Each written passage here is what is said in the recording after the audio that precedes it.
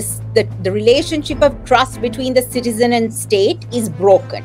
It is broken because of the way in which the state acts, particularly the police. What can we as civilians or individuals do? What can people on the street who feel that they are being targeted unfairly by the police under this Yuktiya program? What rights do they have? What should they do? What can they do? When we have people at the highest levels of power disregarding the judgment of the highest court in our land, that is disrespecting the rule of law and undermining the rule of law. When that happens, the redress mechanisms available to people are limited. We still see a rather silent approach by the international community who say, okay, they will still continue to deal with the administration, continue to deal with the authorities, despite all these abuses taking place. For those whose rights have been violated, when they find that there is no redress in country, or it's difficult to obtain that redress, even if these other international members of the international, powerful members of the international community are acting in a hypocritical way, the victims will still reach out to them because they find they do not have many options.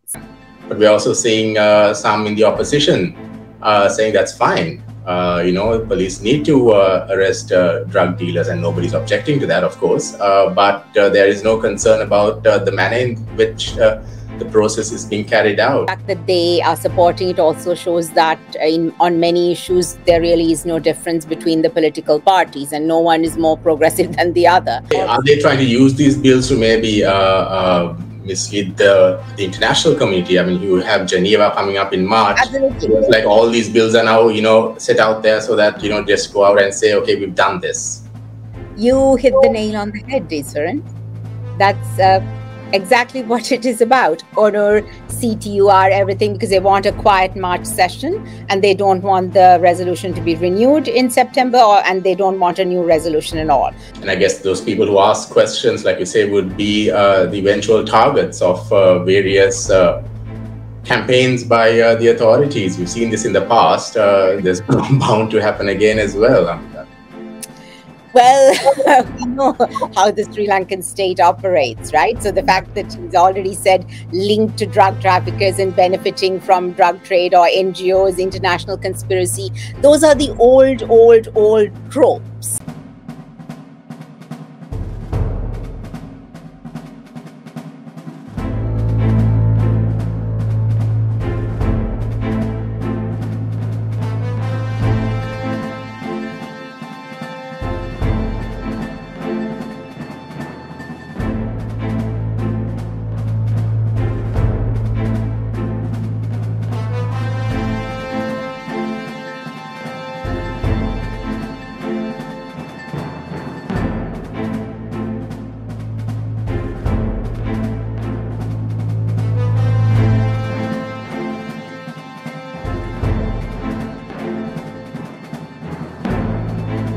Hello and welcome to another episode of On Fire here on Daily Mirror. I'm Easwaran Rutnam. The human rights issue is something that has been discussed once again. We see some arrests being made, concerns have been raised. The manner in which those arrests are being made by the police, human rights overall is being questioned by human rights groups and activists. So I thought let's get into that topic right now, see where we are going wrong, of course, with the human rights issue, and what the international community needs to do. So on the program today, I have with me Ambika Satkunanathan. She's a former member of the Human Rights Commission. She's very active when it comes to the human rights issue as well. So let's bring in Ambika Satkunanathan. Hi, Ambika. Welcome to the program. Hi, Easwaran. Hello, Easwaran. Thank you for having me on your show. My pleasure. Ambika, so I know I've seen you being very open on the issues that we are seeing with the recent arrests, the manner in which these arrests are being made, and of course, overall, the human rights issue. I mean, where is Sri Lanka right now when it comes to the human rights situation? So you're asking generally? In general, of course. Well, in general, what we have seen is, of course, particularly, well, Sri Lanka historically does not have a great human rights record, but there were periods of time in our history where it was better than at other times. Right now, the last couple of years, particularly the last 12 months, 18 months, what we've seen is the government attempting to bring legislation that severely curtails rights, particularly the freedom of expression, the ability of people to protest, to critique the state.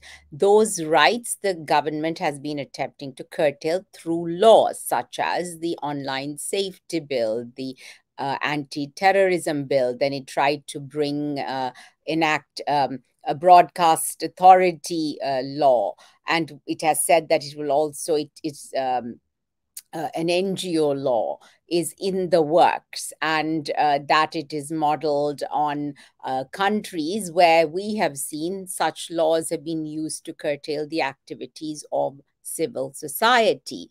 Then, of course, we continue to see police brutality.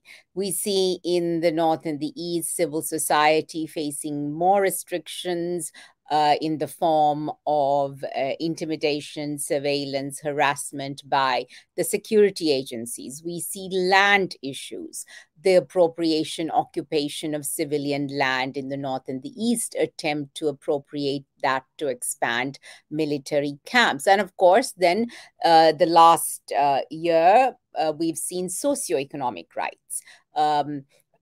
People's ability to earn a livelihood, to earn a living wage, because of the economic crisis, the inflation, the rising cost of living. Reports from UN agencies and other NGOs about people falling into poverty, more and more people falling into poverty, people reducing their meals from 3 a day to sometimes even 2 and 1. We see reports of malnutrition, of stunting, of children dropping out of school because of the economic crisis. So we also have the civil and political rights. We also have the socioeconomic rights. Now, when people attempt to protest about the economic hardships that they're facing, which they say the state has really not done much to address, we find the state is trying to curtail those protests as well. And since we have the IMF package, which also requires certain reforms, if people attempt to protest about those reforms, then of course it's clear the state will use force to deal with those protests. So as you can see, the human rights situation hasn't really improved. If at all, in many ways, it has worsened. I guess one issue that is drawing a lot of attention now is, as you mentioned, from that list, is police brutality. And this is, of course, with the Yuktiya program that the government is enforcing to crack down. I use the word crackdown. Of course, this is something that they say on drugs and, people involved in the drugs trade. Now, when the police, the very unit that needs to protect law and order, is seen as abusing the powers that they have, what can we as civilians or individuals do? What can people on the street who feel that they are being targeted unfairly by the police under this Yuktiya program, what rights do they have? What should they do? What can they do? Well, police brutality is not something new. It's a historical problem that we've had in Sri Lanka, because if you see a police commission report from, I think, the 1960s, that talks about corruption and violence by the police. So it is a decades-long problem. We have not addressed it. What is most concerning, where police brutality, torture, and yuktiya, if we connect those three, is the fact that one of the people leading the Yukti operation, who is the acting inspector general, was recently found to have violated someone's fundamental right to be protected from torture. There is a Supreme Court judgment against the acting IGP. It is regarding a very serious issue, a human rights issue, which is torture, and yet the person continues to hold office. Neither the Minister of Public Security nor the President have taken any action. And this in itself is disrespecting the court. It's disrespecting the Supreme Court and its judgment. So when we have people at the highest levels of power disregarding the judgment of the highest court in our land, that is disrespecting the rule of law and undermining the rule of law. When that happens, the redress mechanisms available to people are limited. So we can say, yes, if your fundamental right not to be arbitrarily arrested or detained is violated, if your protection against torture is violated, you can file a fundamental rights petition in the Supreme Court. But we can see that even when the Supreme Court finds that there is a violation, the government completely ignores the decision of the Supreme Court. So then what is the public supposed to do? And this undermining public institutions that are supposed to give remedies, undermining the court, is being done by members of the government. It is the Minister of Public Security and the President. So I think when we talk about remedies, the first step is about respecting the rule of law, and that the people in positions of power need to do. So I can give you the usual example of filing a fundamental rights petition, going to the Human Rights Commission and lodging a complaint. But let's say these bodies do find a violation has taken place. What happens then? The other is, of course, the role the main body that we would shift to when it comes to, filing a fundamental rights petition, if the Supreme Court orders are also disregarded, then the judiciary itself is in a way helpless or helpless. It's contempt. It is disrespecting the judiciary, the highest court of our land. And by doing that, they're undermining the rule of law. They are breaking the law. And so therefore, it is hypocrisy to say we are out there arresting 42,000 persons. What? Aren't you violating the law? Are persons who are violating the law and disrespecting the law the right people to be talking about breaking the law or taking action against people who are supposedly breaking the law? Where is public trust? How can the public trust such persons or these institutions?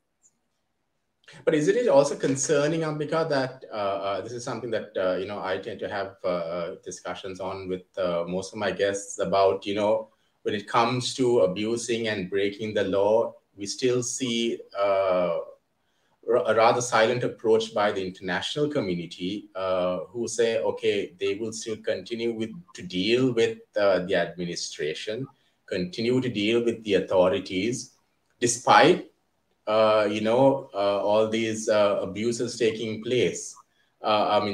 Should there be more pressure coming in from that end as well? Someone might say, look, we don't want to let the people suffer, so we don't want to put restrictions or sanctions or whatever you call it.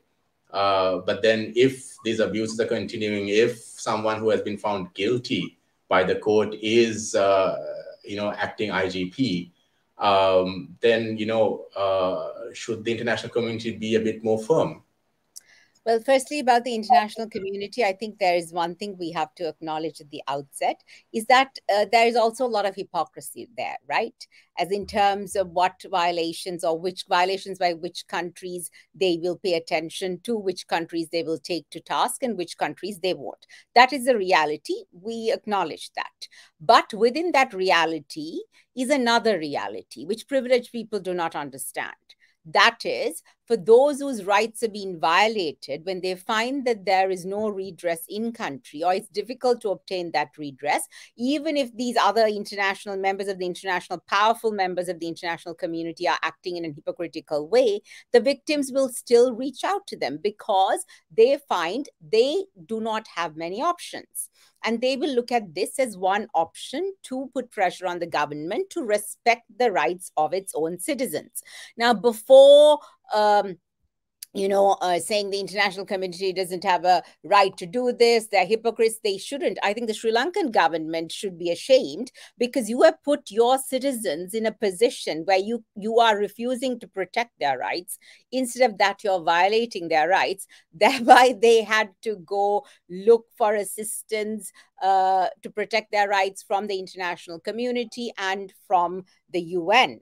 Now, where the international community is concerned, of course, the responses have not always been strong. Of course, they have to always engage with the government of the day. We can't tell them not to engage. That is just not realistic. What we have to demand is that when you do engage, you also have to do so in a principled manner. Now, we can say this, but we know that that also doesn't necessarily happen.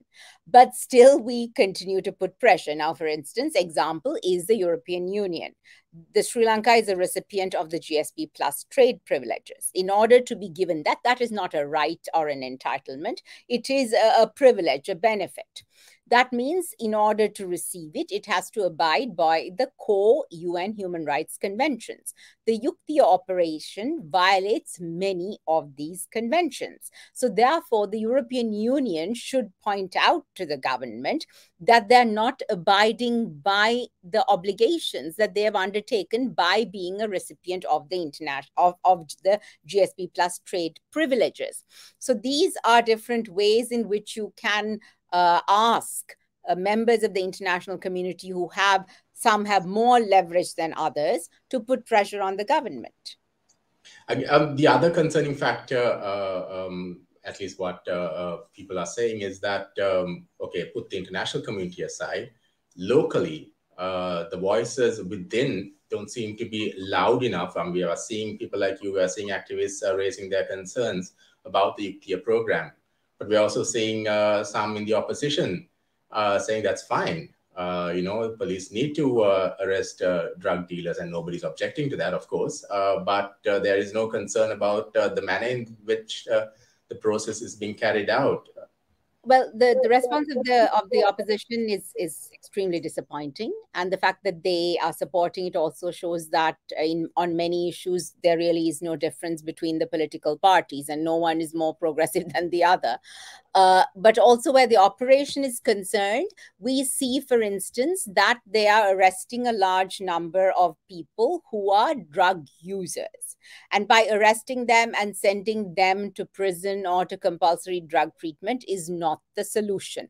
You need to give them medical, scientific, evidence-based, voluntary, community-based treatment for these people, support for them, for their families, if you actually want the treatment to work. Right? And I'm not just saying this because I'm a human rights advocate. I'm saying this because there is evidence. So it is mind-boggling that the minister and the government ignore evidence from all over the world that their strategy will not work.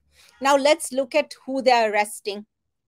As of 18 January, that is today, according to their statistic, 37,364 persons were arrested.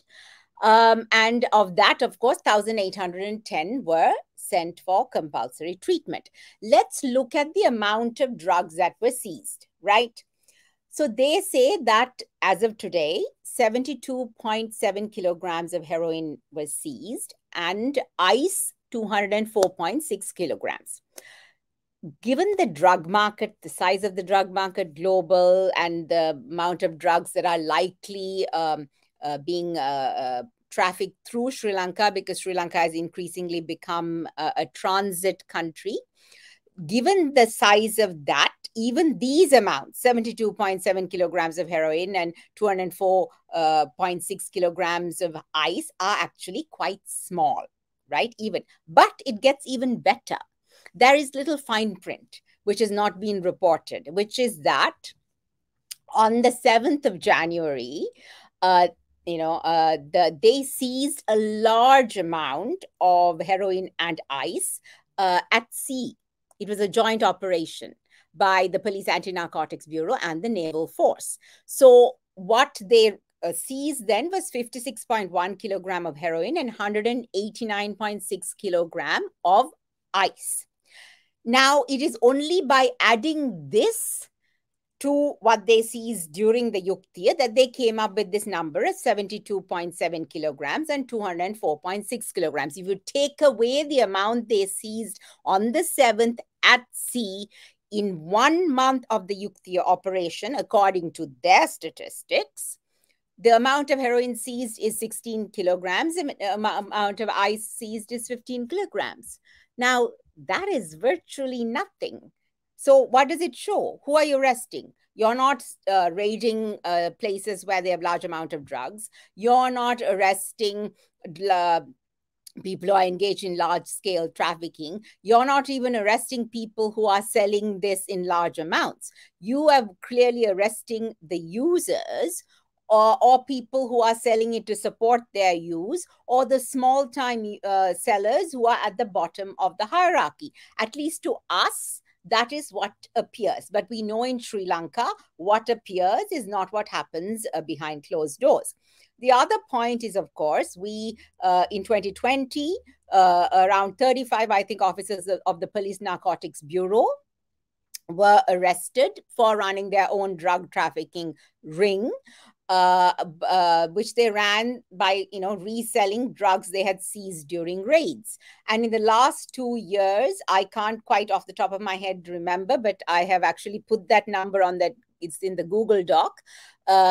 Officers, we see, reports of police officers being arrested for selling drugs. So this means that the police department, there is a lot of corruption, and we cannot trust the numbers they give us. We cannot trust what they say, because there is also very little oversight and very little transparency. The drug has been seized is actually going back into the market, is what you're saying. Well, I'm not saying, what I'm saying is, of course, 2020, clearly they said that what they seized, they put back into the market. They were running their own drug trafficking ring. They arrested. That is clear. But what that shows us is that we can't trust. The relationship of trust between the citizen and state is broken. It is broken because of the way in which the state acts, particularly the police. Going by past and current behavior of the police, we can't even trust what they say about this operation. How can we trust the numbers when it's clear you are not being honest with us? And that trust, breaking of trust, we saw the people coming out on the streets in 2022 and taking things in their own hands and, pushing for change. And it seems like the response from this administration, at least when Ranil Wickremesinghe took office, was to use force and to push people back and ensure that they do not come out and question the authorities. And now we're seeing that happening quite often. Nobody can protest on the streets. So they say that, there's a court order, that you're inconveniencing the public. So, going back, it looks like the people have no way out. There's no, they can't, the international community is being disregarded. Human rights, the Office of the High Commissioner, he issued a statement on Yukti, and then soon after, we see the police issuing a statement saying, no, they're going to expand this operation. So it's like, okay, we really don't care what the Human Rights Office has to say. So the people have nowhere to turn to. Well, it appears that way. So what the people need to do is they need to exercise their vote smartly come the next election is what they need to do. But what you said, Easwaran, is very correct in that the state, Sri Lankan state and successive governments, they don't like accountability, right? And they don't like us, you or I or someone else asking questions. And this is very clear because the minister Tiran Alas, in the last several days, he's accused lawyers, right? He said the people who want to stop this operation are lawyers and NGOs and lawyers funded by NGOs. I think he said also that the people yesterday when he went to meet the Buddhist clergy, that the people who want to, I saw a news report which said the people who want to stop this are those who are linked to drug traffickers or are benefiting from drug traffickers. Firstly, that shows an intolerance of public opinion, his refusal to be held accountable, and a lack of understanding about what his role as minister is. Minister means you are beholden to the public, as in you will be accountable to the public. You're holding that office in public trust, which means when I or you or someone else asks a question, just because you're a minister, you cannot shut us up.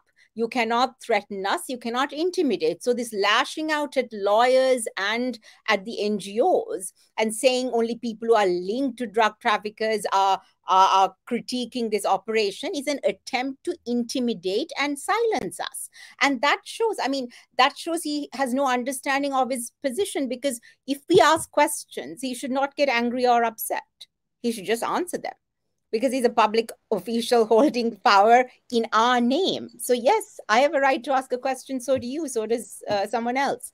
He just needs to answer that. And the reason we ask is because that's our civic duty, but also because the long-standing corruption and dysfunctionality of the police department. And of that, there is a lot of evidence, right? There are Supreme Court judgments about arbitrary arrest, detention, torture, etc.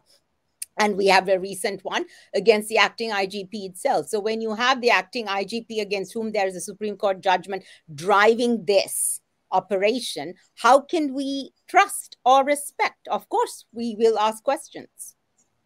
And I guess those people who ask questions, like you say, would be the eventual targets of various campaigns by the authorities. We've seen this in the past. There's bound to happen again as well, Ambika. Well, we know how the Sri Lankan state operates, right? So the fact that he's already said linked to drug traffickers and benefiting from drug trade, or NGOs, international conspiracy, those are the old tropes. And now I think many people actually don't take that seriously, thankfully, but there are some that still do. But the fact that he does shows such an intolerance, of public opinion, of refusal to be held accountable. So because here in Sri Lanka, public officials, particularly ministers, think once you become minister, then you're king. But actually it's the opposite. You're the servant of the public. The other issue among that list of human rights issues that you had mentioned was some of the incidents that are taking place in the north. And some feel that in the north and east are being, very little spotlight is being placed on what's happening there. We see mothers still on the streets, they're protesting, demanding answers for their missing loved ones. And we see certain incidents taking place involving the general public as well, but then those don't really get spotlight. What is your take on what's happening in the north and east? Has there been an improvement post 2019 or after Gotabaya Rajapaksa's administration, or are things getting worse, or is it the same from before? Some are the same, some are worse. So the economic crisis clearly has impacted them severely, because they're a war-affected population that never had the chance to even begin rebuilding their life. So in that sense, and we also have a large number of women heads of households there. So the households, the family, the children, their education, health, all that is severely impacted. And of course, then we have this continuous attempt to appropriate a private land or trying to expand military camps. There is continued military presence and occupation there.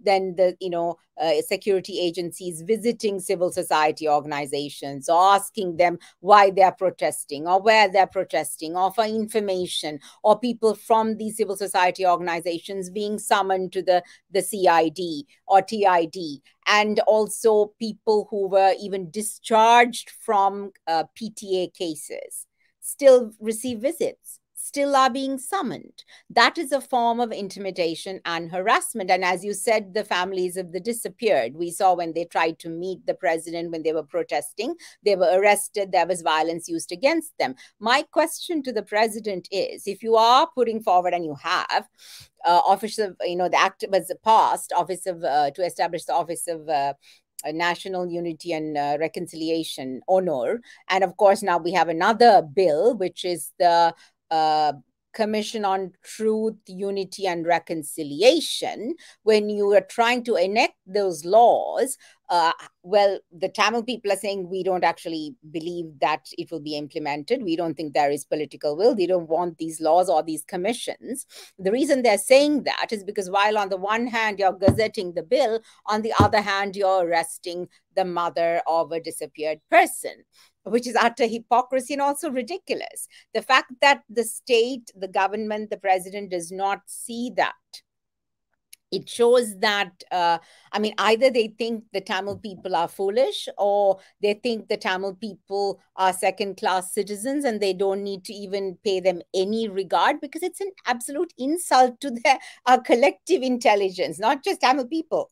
Are they trying to use these bills to maybe mislead the international community? I mean, you have Geneva coming up in March. Absolutely. Looks like all these bills are now, set out there so that, just go out and say, okay, we've done this. You hit the nail on the head, Easwaran. That's exactly what it is about. Honor, CTUR, everything, because they want a quiet March session and they don't want the resolution to be renewed in September, and they don't want a new resolution at all. So it's a question of ticking the box and saying it's okay, we passed the laws. All the while, we will surveil and harass civil society and imprison mothers of the disappeared and appropriate land and destroy temples. But who cares about what happens in reality, right? As long as we have laws and a commission, we're okay. But and then, of course, we would also have like the Human Rights Commission. I mean, the High Commission for Human Rights. I mean, usually, Ambika, we've seen that they come out and they say, okay, we commend the government for doing this and this and this and this and this, but there is something like this. But that commending part draws more spotlight than, of course, the negative aspect, or at least what the government sees as being negative.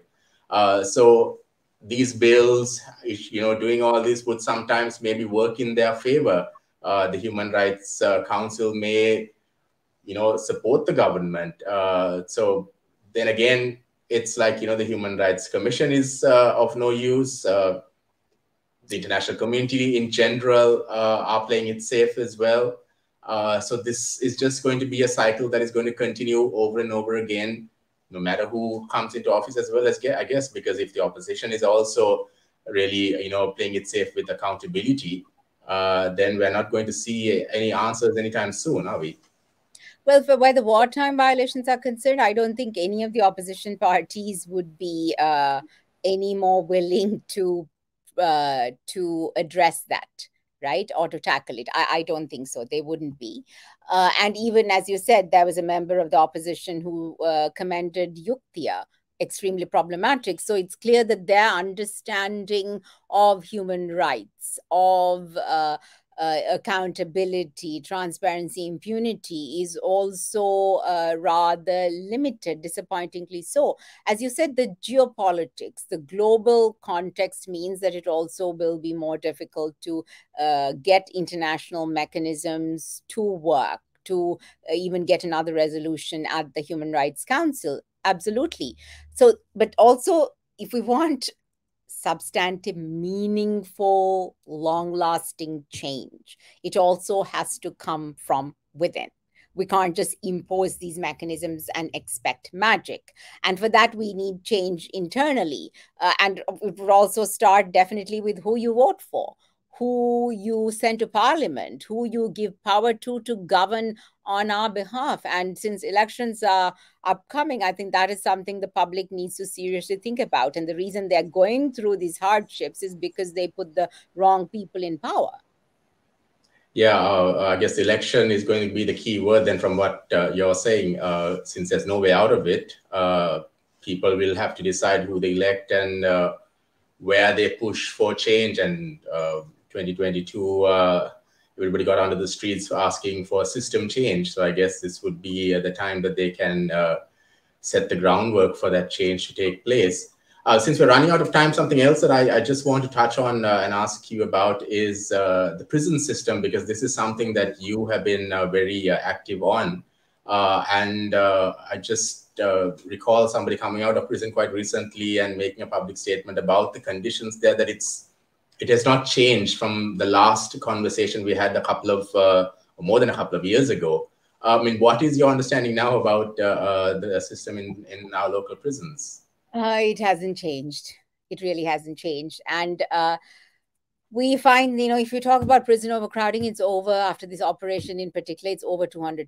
So let's say I say that to the government will say, oh, but then we will build more prisons. No, we don't want you to build more prisons. If you want to be a prosperous, peaceful country, you need to focus on how you can shut down prisons, which means you need to prevent people from coming into conflict with the law. In our prison system, over 60% of persons are in prison because they cannot afford to pay fines. Some of these fines are as low as 3,000 rupees, minimum, small amounts.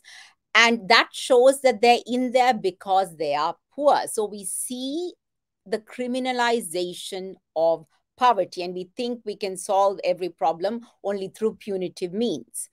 So therefore, we need to address the root causes. If there are 60% of people are there because they can't pay fines, there's a huge problem with our entire criminal justice system, and it is not working for us. The conditions, particularly after the Yukti operation, would have only worsened because it's well documented in the Human Rights Commission report. Therefore, those conditions would have only worsened because A, we have more people, and B, they have less resources, which they have to use to care for a larger number of people. The other issue is, of course, violence, because when you put a large number of people in a very small space or in crowded spaces, it can lead to tension. That can lead to violence. Also cause more stress for the prison officers, who anyway were not very good at keeping order in through non-violent means. So they usually used violence to keep order. So you can imagine now what the state of the prisons must be. It is also a burden for the prison officers as well. And they will be like, oh, well, we can't control this. The only thing is to use violence. And then you might have some sort of violence, a riot. And then how will the state deal with it? More violence, which means you're just perpetuating that cycle of violence, abuse, imprisonment, poverty, repeat on repeat. It was good talking to you, Ambika. We run out of time, but I guess we'll have to continue this discussion sometime later as well, because there's a lot to cover. But once again, thank you for being with us on the program and discussing a very sensitive and current topic. Thank you, Easwaran. And that's all the time we have for you for On Fire for this week. Till next time, stay safe.